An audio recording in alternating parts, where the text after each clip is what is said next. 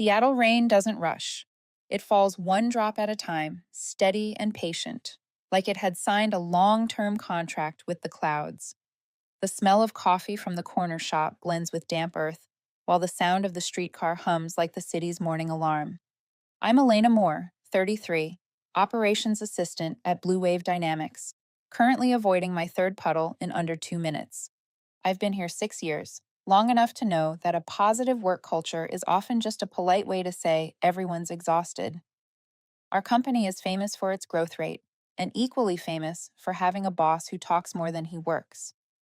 I've lost count of how many reports I've written that others later presented as if they'd written themselves. But this morning, I didn't have time to think about that. I was running late. Crossing the parking lot, I saw a man crouched under the rain, trying to fix something that looked like a heavy piece of equipment. His gray uniform was soaked through, his hands covered in grease, his face so tired I could almost hear his sigh blending with the rain. I stopped. Something in the way he moved reminded me of my father, a lifelong factory worker, quiet and enduring. I opened my bag, took out my turkey sandwich and the still warm cup of coffee, the standard breakfast of people who start working earlier than their paycheck allows. Have you eaten yet? I asked. It's cold out here. Don't work on an empty stomach. He looked up, surprised for a second, then just nodded. No, thank you. No small talk. But there was something in his eyes that made me feel unexpectedly calm. I turned away, knowing I'd just lost a few minutes, yet sensing, somehow, that today wouldn't be an ordinary day. As I stepped through the revolving door, Rick Dawson's cologne hit me before I even saw him. Rick, my direct manager, was the kind of man who made sure you remembered him, even when you tried not to. Every morning, he arrived like it was opening night. Tie perfectly off-center, hair slicked back until it shone under the lights, smile wide enough to lie convincingly in a shareholder meeting. 10 minutes late, Rick said, voice booming across the floor like an airport announcement. You think the world's going to wait for you? I hung my raincoat on the chair. No, I said quietly, but I think it'll keep spinning without me. He frowned, turned away, leaving behind a cloud of cologne strong enough to make the office plant dizzy. I sat down, powered up my computer. The CPU fan hummed like it was complaining with me. Outside, the rain kept falling. Inside, keyboards clicked like a collective heartbeat, steady, hard, tired. I glanced at my calendar. 10 minutes until the welcome meeting for the new CEO. Rick had been talking about it all week with suspicious enthusiasm, as if he were the one getting promoted instead of introducing someone else. I fixed my hair, straightened my blazer, and walked down the hallway. The white LED lights reflected off the floor, bright and cold enough to sting my eyes. When the elevator doors opened, I caught my reflection in the mirror, wet, tired, but still standing. 6 years here, and I'd learned how to keep my cracks invisible. Conference room, 18th floor. 12 people are already seated. Rick stood in the center, report in hand, smile stretched tight. He glanced at me, one of those warning looks that said if I so much as breathed too loudly, he'd dock my pay with his eyes. I sat at the end of the table, the safest place in any meeting, far enough to avoid attention, close enough to hear the sarcasm. We're just waiting for one more person, Rick said, voice firm and rehearsed. I opened my notebook, jotting down, prepare for self-congratulatory speech. The door opened. Footsteps echoed. I looked up, and my heart skipped a beat. A man walked in, dressed in a perfectly pressed black suit, crisp white shirt, hair still damp as if he'd just walked through the same rain. His eyes swept across the room, then stopped exactly where I sat, just for a second. But it was enough. I knew he remembered me. Rick didn't notice. He hurried forward, hand extended, voice pitching higher. Welcome to Blue Wave, Mr. Samuel Cross. We're honored to have you with us. I stayed silent. The water glass in front of me reflected the image of the man I'd shared breakfast with. Now, he was our new CEO. The room buzzed with greetings, polished smiles, and scripted compliments.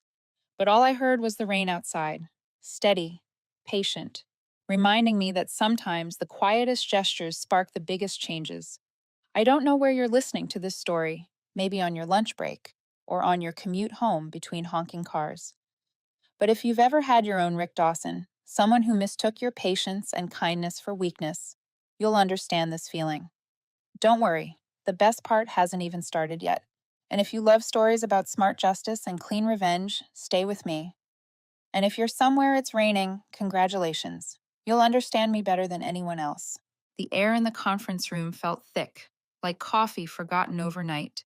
Laptops glowed, keyboards clicked, and Rick's cologne was strong enough to qualify as a biological weapon. He stood at the head of the table, shoulders tight, smile wide, the kind of smile meant for cameras, not people.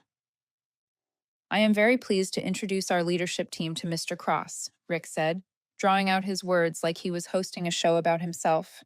Every word had a particular ring to it, confident, a little theatrical, with a trace of fear only visible to people who have sat in offices too long. Samuel Cross, the man from the rain this morning, sat at the head of the table, silent. Light from the window slid across the collar of his black suit and lifted onto his calm face. I realized that his silence wasn't empty. It was the silence of someone who was watching everything. Rick went on about growth strategy, trend lines, the sustainability of our innovation ecosystem, phrases shiny enough to make people forget to ask what he actually meant. When he reached the part on internal improvements, he jerked his chin in my direction. Elena handles the small technical details, he said. She's very meticulous, though a little slow. I raised my head and gave a polite smile. No one replied, but I caught Samuel glancing at me before he returned to the folder in front of him. He didn't interrupt Rick. None of us did.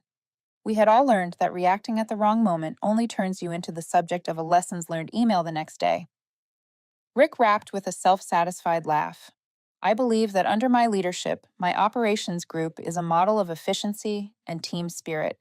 Anyone who had ever heard us work would know that line was as funny as a motivational poster taped up in a bathroom. Samuel set his pen down and nodded once. Thank you, Rick.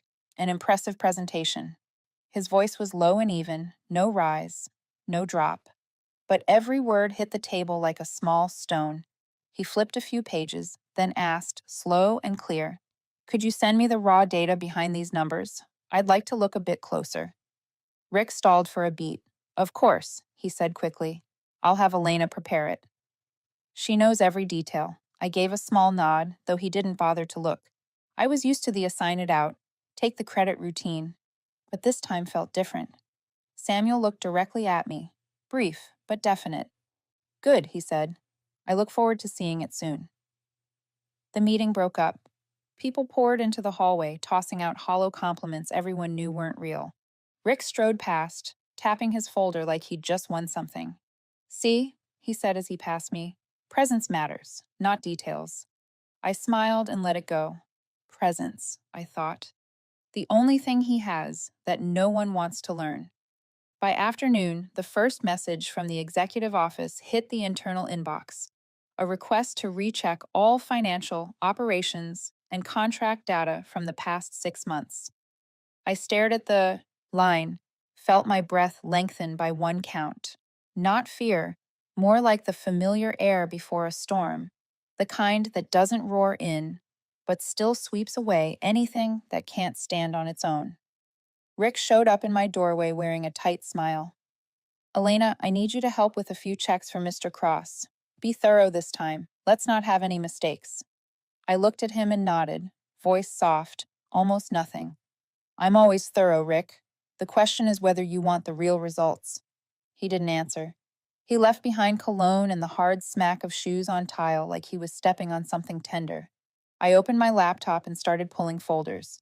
In the screen's reflection, I saw myself beginning a chapter I hadn't planned. I used to think workplace storms always started with something dramatic, a heated meeting, a misfired CC, or a public accusation in front of too many witnesses. But in reality, they usually begin quietly, like a broken air conditioner no one bothers to fix, until the whole office starts getting colder than it should. After that morning meeting, BlueWave began to change. No one said it out loud, but the air was different, like the system had just switched from normal to monitoring mode.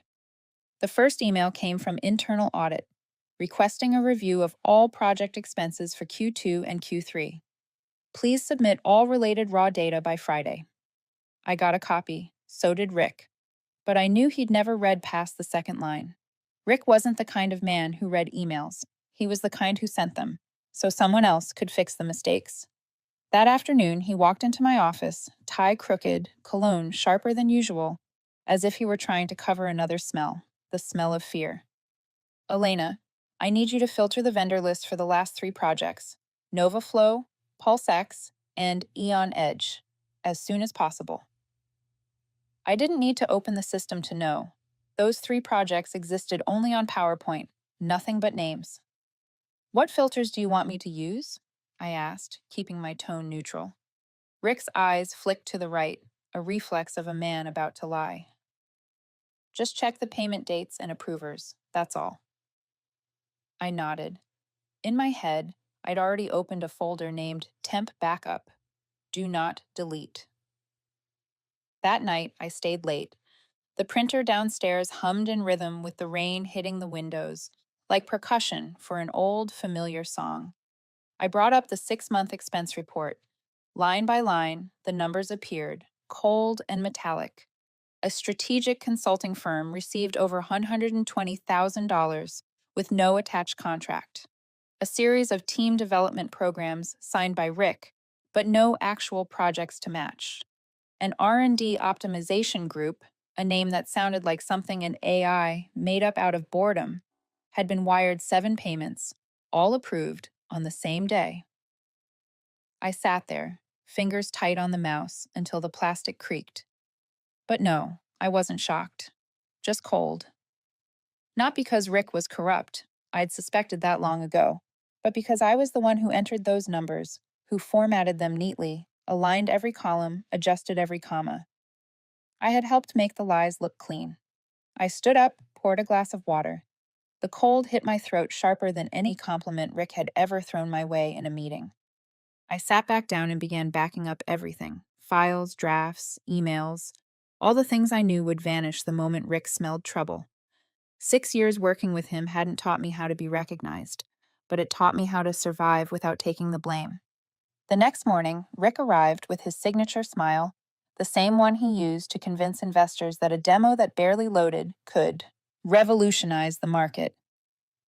Elena, he said, I know yesterday's requests were a little sudden, but it's fine. We're a team, right? You and me, we understand each other. I nodded, keeping my smile at the precise level between harmless and unavailable. Rick winked, patted my shoulder, and walked out. Before the door even closed, I plugged in the external drive and kept backing up. That night, I left late. The office lights dimmed one by one until only I and the past were left. In a storage box, I found the notes I used to write to myself, lines typed in the quiet of someone who once believed, just endure a little longer and things will settle. One note stood out, dated last March. Today, he said, I turned things around. But only I know that the chart was fixed at 2 in the morning. I used to write those lines to comfort myself. Now, they were evidence. I looked at the screen, the folders, the backups, and then at my reflection in the window. I wasn't the quiet assistant waiting to be recognized anymore. I was the one who understood the system, where it cracked, who was hiding behind the gloss. I didn't want revenge. I just wanted the truth to exist in the same room that had echoed only with the manipulator's voice. I shut down the computer and looked out the window. Seattle was still raining. In the glass, my face looked tired but awake, and in my mind, a quiet line formed. Tomorrow, nothing will be the same. The next morning, I woke to the sound of light rain and a weight in my chest, the kind that comes when your heart hasn't caught up with what your mind uncovered the night before. The numbers were still there in my head: codes, contracts, approvals, all the traces of Rick hiding in the dark. When I walked into the BlueWave building, my coworkers' glances carried something cautious, like they were trying to see if I'd changed overnight. I kept my steps steady, pretending everything was normal. But I knew it wasn't. Before I even reached my desk, Rick passed by. His tie was crooked, his eyes cold. He glanced at my screen, just for a second, but long enough to tell me he was watching. What he didn't know was that sometimes the watcher sees the trap before the watcher does. The air in the company had shifted, subtle but unmistakable. Rumors began to drift. Elena caught the new CEO's attention. She and Samuel talked privately yesterday. The whispers moved through the office like a draft under a closed door, quiet, but enough to shake something inside you. A few hours later, I got an internal email with an innocent subject line: Morning Coffee and CEO Dialogue. Beneath it, a small note read, "Those who attend will understand what's changing." I didn't open the link. I had no interest in feeding the rumor mill. By noon, HR called me into a small meeting room. I brought the data summary I planned to submit the next day, but the air inside felt heavier than usual. The soft yellow light made every flaw look sharper. "Miss Elena," the HR manager said, her face uneasy, "we've received concerns about a close relationship between you and the new CEO. We'd like to give you the chance to clarify before the rumors spread further." I took a slow breath. I'm not sure what close means to others. I just do my job. Before she could answer, the door opened quietly. Samuel walked in without a word. His presence was calm, grounding, like a kind friend stepping into a storm. "I invited her because of her competence, not because of gossip," he said, his voice even, but firm enough to steady the air. The HR manager blinked, stammered an apology, and excused herself. After she left, Samuel and I stayed by the window. The rain had softened, as if the sky itself wanted to ease the pressure. "I'm sorry if I made you feel isolated," he said. I raised an eyebrow. "I'm used to it." He smiled faintly, like he could hear the truth in my tone. "I've stood where you stand, overlooked, blamed for things I couldn't control. I learned to watch before I speak." He told me how years ago, while leading a major project, he'd watched his team work through endless nights under upper management that had no idea what was actually happening. When mistakes came, he took the fall, lost authority, lost trust, became the ghost of conversations in rooms he was no longer invited to. I know what it feels like to be buried under someone else's success, he said, his eyes softer now. That's why I watch every broken piece before I rebuild the whole picture. For the first time, I saw him not as the new CEO, but as someone who'd been wounded too, and understood the loneliness that comes with survival. A quiet trust began to form, fragile but real. It didn't take long for Rick to sense the shift. That afternoon, I passed him near the conference room. He stood whispering with a few of his loyal staff. They lowered their heads, silent. Through the glass, I saw him glance sharply toward my office when one of them said my name. That evening, an anonymous email appeared in my inbox. "I had a private meeting with Samuel yesterday, proof of our relationship." No signature, no source, just hurried lies. I read it line by line, my chest still but cold. I didn't delete it. I didn't reply. I knew how to let data speak louder than noise. When dusk came, the office was nearly empty. I stayed behind, opened my screen, and pulled up the backups. File names, timestamps, revision logs, each small detail fitting together like bricks forming a wall of truth. Then my phone buzzed. A message from Samuel. "Elena, prepare the 6-month summary. Don't worry. The light will reveal whoever hides in the dark." I stared at the screen, the glow reflecting in my eyes. My smile wasn't one of certainty, but of resolve. I had chosen to stand, not to climb over anyone, but to let truth have a voice in a place that had long echoed with deceit. I shut down the computer and stepped into the dim hallway. My shadow stretched beside me, long and steady, like evidence that couldn't be erased. Inside, I knew the mind games had only just begun, and I would hold my ground. No retreat, no surrender, until those who feared the light had nowhere left to hide. I sat in front of the large screen, the blue light reflecting off my glasses like a mask of pure focus. One by one, I opened each backup file, every detailed report from the past 6 months. The only sounds in the room were the slow spin of the fan and the steady rain outside, two cold, rhythmic accompaniments to the silent investigation. I used to be the person behind the flawless reports, the quiet one fixing errors, double checking numbers, adjusting each line of data to keep everything running smoothly, even when the truth underneath was far from clean. But today, I wasn't here to tidy up anyone's lies. Today, I was here to find the light. I combed through every transaction, every vendor record. Slowly, one name kept rising to the surface: Optimus Consulting Solutions, a company with almost no contract details in our system, only a vague entry under outsourced services. When I opened their banking record, the transfers told a story of their own. More than $300,000, paid in 3 installments, labeled as technical support and operations consulting. What sent a chill down my spine was the name on every approval line, the same employee code, the same signature: Rick Dawson. Each line repeating like a carbon copy of a familiar lie. I only signed. I printed everything: spreadsheets, bank statements, change logs, internal email threads, and laid them neatly across the small conference table that Samuel often used when he wanted quiet. The overhead light hit the papers directly, like it were cross examining every word. Samuel entered, glanced at the stack, and stood in silence for a moment before saying, "Good. Let him lie first." That was all he said, and it was enough.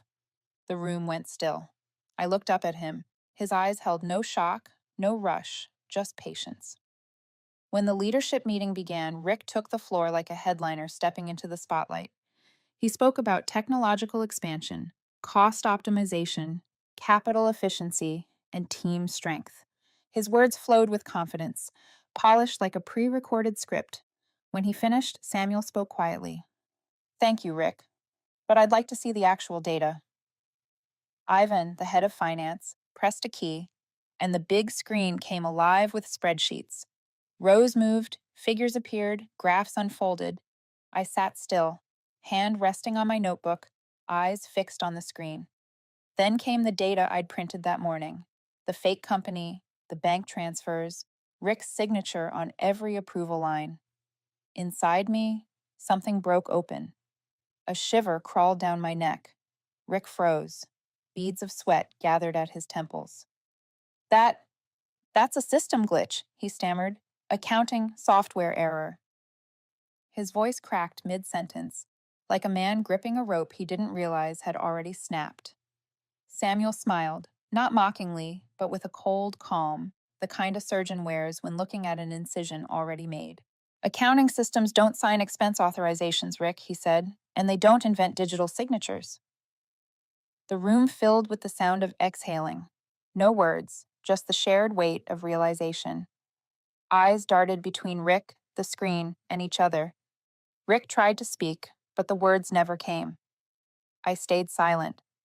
Sitting still, I felt like someone watching a film she already knew the ending to, except she was in it. I could hear my heartbeat in my ears, the scrape of chairs shifting, the whisper of printed pages still lying under the light. Samuel turned a page on the podium, scanning the room. Then he gave me a subtle nod to stay quiet. He had a larger plan in motion. I lowered my gaze, understanding. This wasn't the battle. It was only the opening act.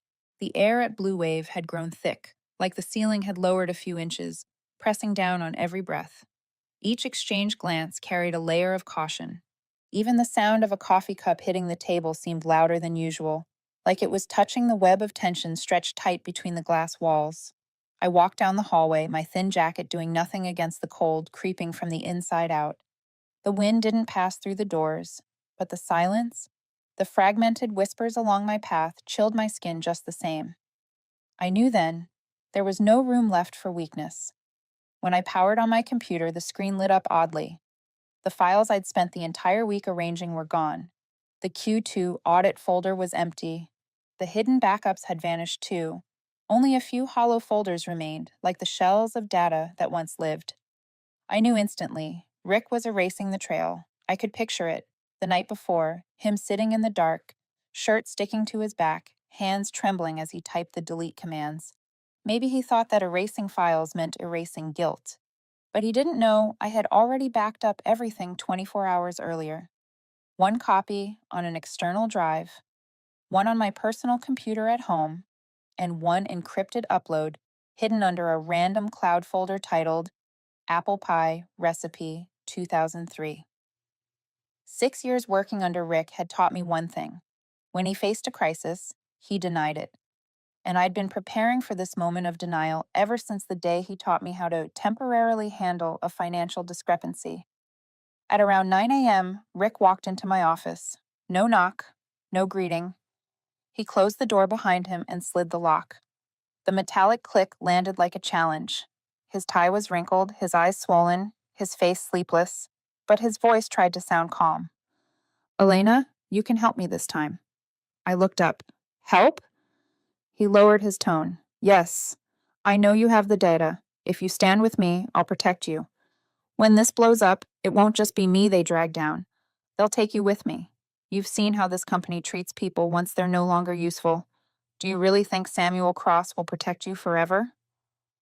Silence hung between us for a few seconds before his voice turned urgent. Elena, we've worked together for 6 years. You're not like them. I need you. If you stand with me, I swear I'll pull you up. I have connections. I can make this right. I straightened my back, fingers laced together. You're right, Rick. I'm not like them. I've been dismissed, overlooked, and ignored. But you're wrong about one thing. I don't need anyone to pull me up anymore.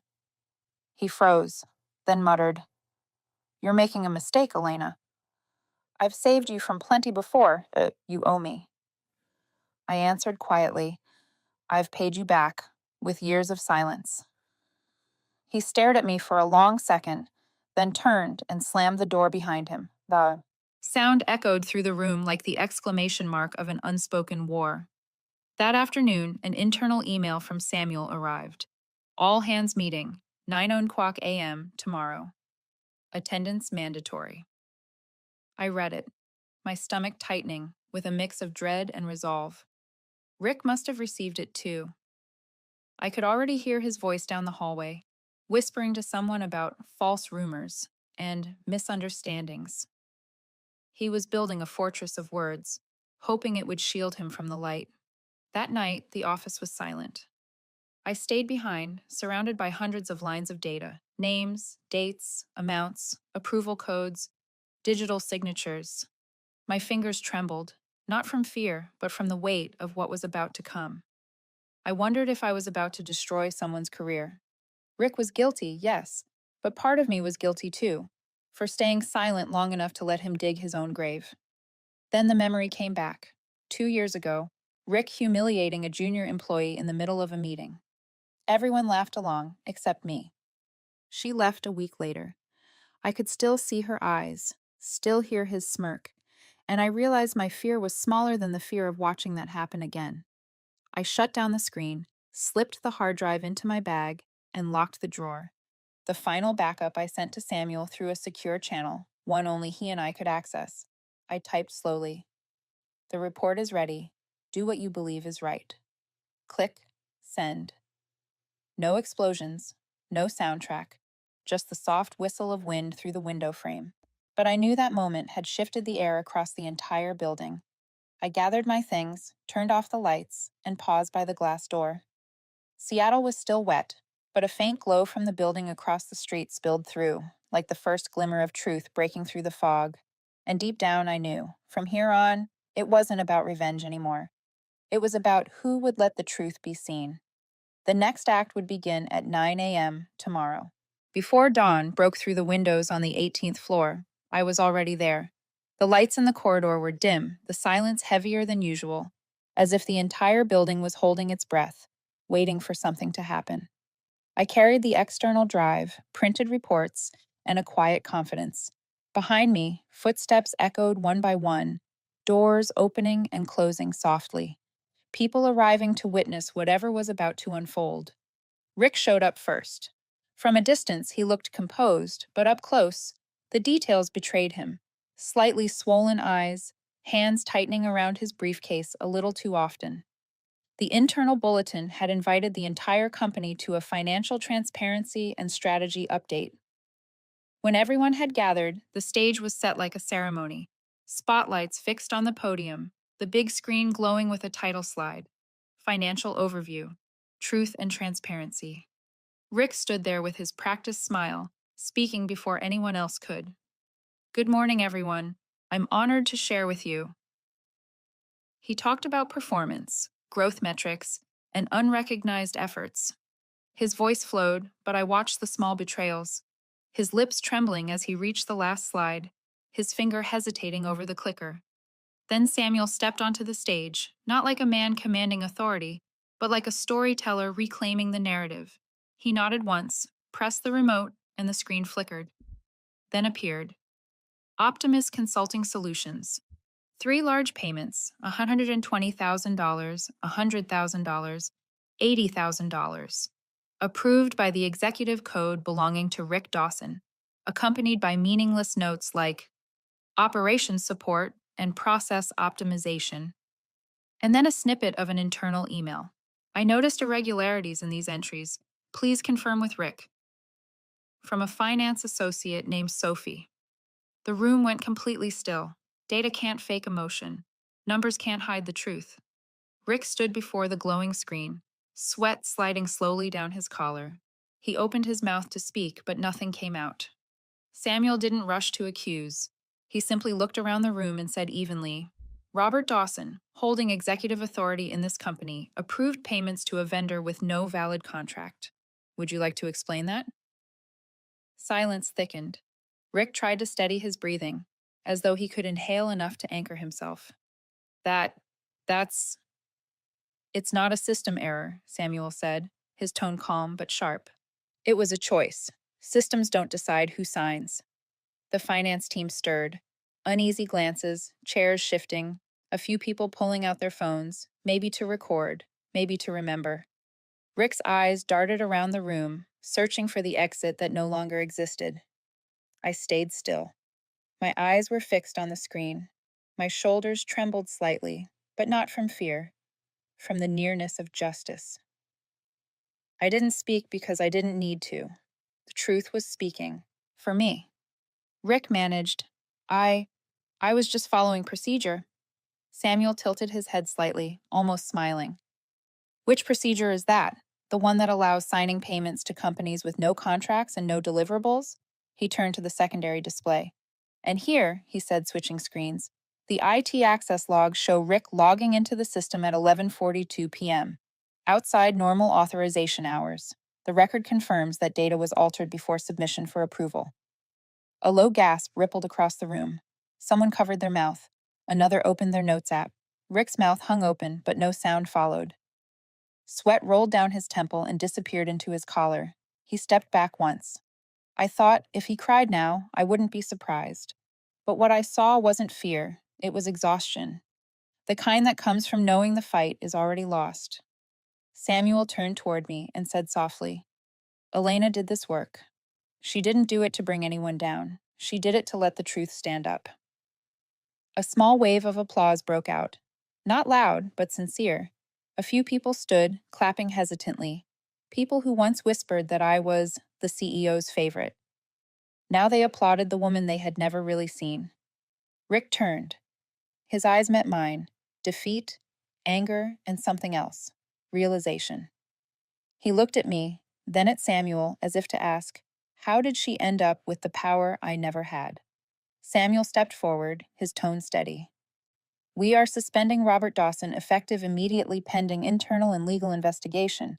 You will remain in the building until verification is complete. Chairs scraped. Footsteps shuffled louder than usual as people rose. 2 security officers approached. Rick wasn't handcuffed, but the look in his eyes said everything. His power had already been taken. Before leaving, his gaze stopped on me one last time. For a brief second, I saw no hatred there, only recognition. The look of a man finally seeing the person he'd underestimated. I didn't smile, I simply nodded. When the door closed behind him and the light from the projector glowed over the frozen spreadsheets, Samuel turned back to the room. We don't punish mistakes, he said quietly. We punish deception. And today, BlueWave has proven it no longer fears the truth. A few colleagues came over, their hands brushing my shoulder. You really did it? One whispered. Thank you for not staying silent. I pressed my lips together, alert and calm, because I knew this wasn't the end. But at least today, the light had finally reached a darkness that everyone once swore didn't exist. The conference room door closed behind Rick, the click of the lock sounding like a marker in time. A chapter of power had just ended.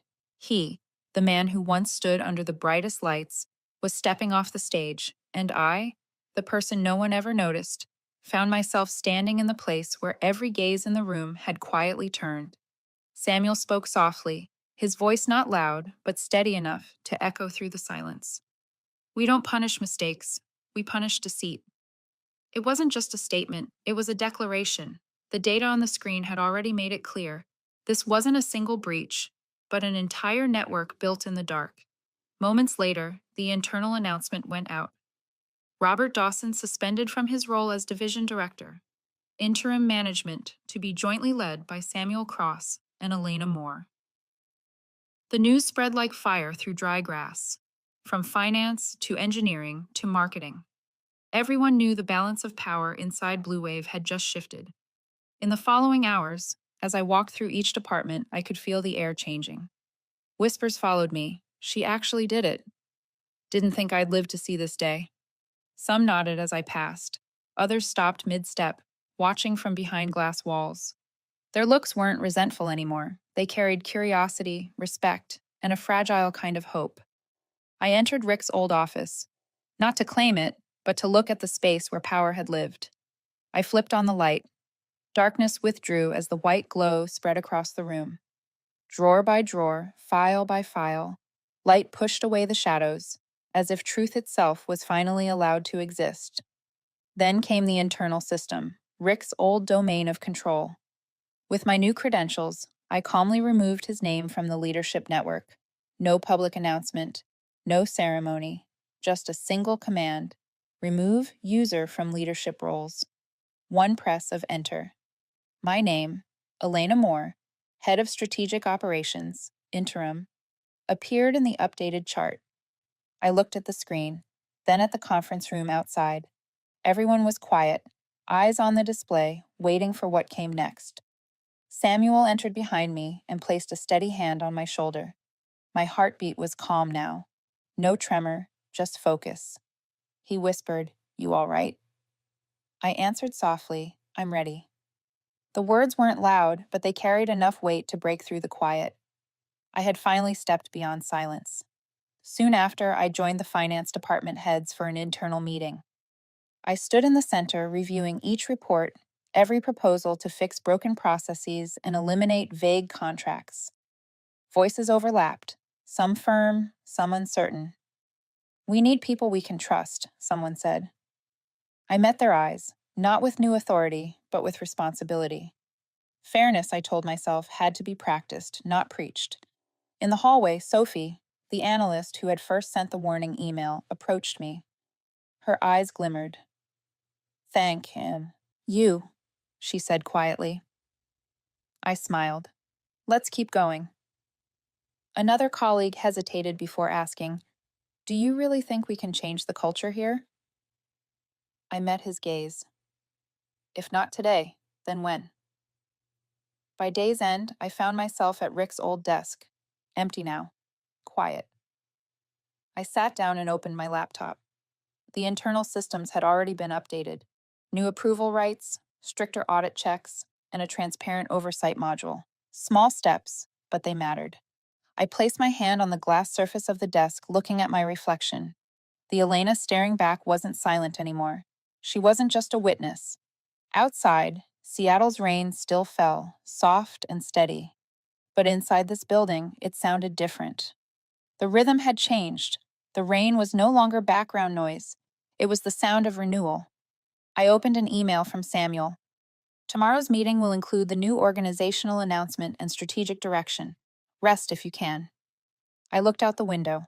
Raindrops slid down the glass. The conference lights reflected on their surface. My name glowed in the new org chart.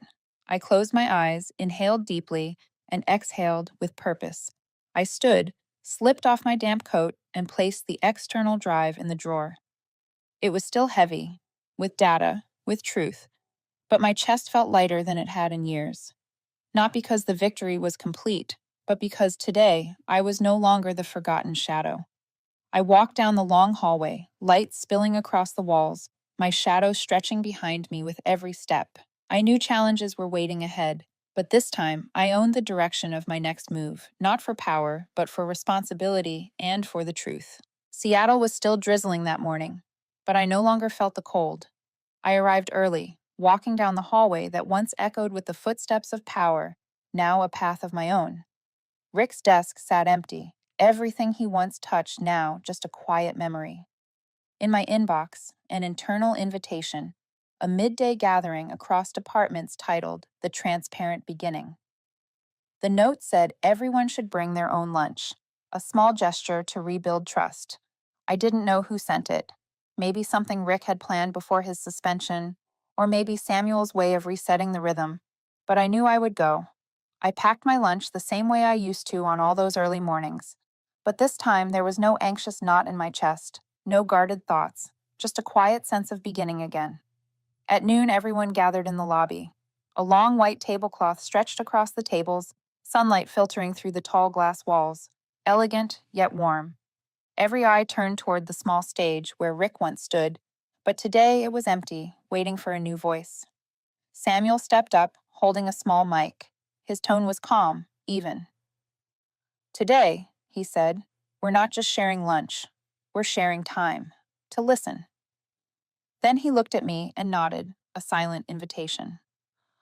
I stood, walked to the center table, and placed my lunch at the spot once reserved for the old leader. The room quieted. My voice was low but steady. I just want to remind us that transparency and kindness aren't privileges, they're how we make sure everyone is seen and respected. Applause began softly, then spread across the room.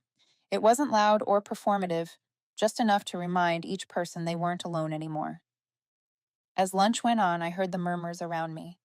You did what so many were afraid to start. I'd like to work for someone like you. From now on, we should all be accountable. The voices were small, but they carried weight. The afternoon passed in a warmth I hadn't felt at Blue Wave in years. No more guarded looks, no rumors, just people connecting, sharing food, and speaking truths that once would have been whispered behind closed doors. Later, I walked into Rick's old office again, the House of Power, now quiet. I turned on the light, letting every corner shine. I opened the internal systems and began resetting permissions, line by line, each small change another seal against future shadows. Samuel entered behind me, resting a hand on my shoulder. Are you okay? He asked. I met his eyes, took a deep breath. I'm ready. Before leaving for the day, I drafted one last internal message. Today was our first transparent lunch, but this story about fairness, integrity, and kindness is only beginning. I stepped out of the building. Raindrops streaked the glass, hallway lights casting my shadow long behind me. My steps were lighter than they'd been in months, but each one carried something solid, a certainty that Blue Wave was no longer a place where silence buried the truth, but where people could finally look each other in the eye with respect. And in the steady rhythm of the rain, I heard the city exhale, as if Seattle itself was breathing again after a long storm. You know, some victories don't come with medals or applause. They come when you can look at yourself and say, I didn't give up. If you've stayed with me until the end, tell me, what moment in this story made you stop? Made you feel like someone just told your story? I'll read every comment, the way I once read every detail, searching for the truth. And if you believe that justice doesn't need noise, only timing, hit follow and turn on notifications. More stories are waiting to be told. Thank you for staying until the very end.